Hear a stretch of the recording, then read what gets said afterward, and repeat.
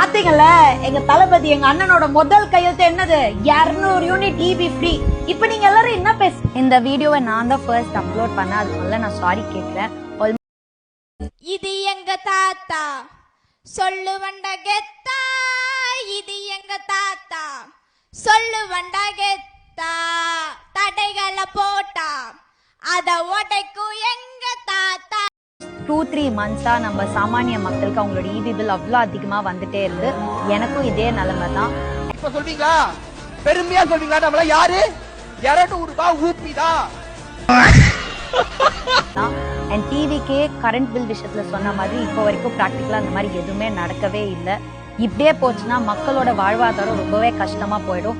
பாரு, நல்லா நடிச்சாதான் கம்பெனில காசு வாங்க முடியும்.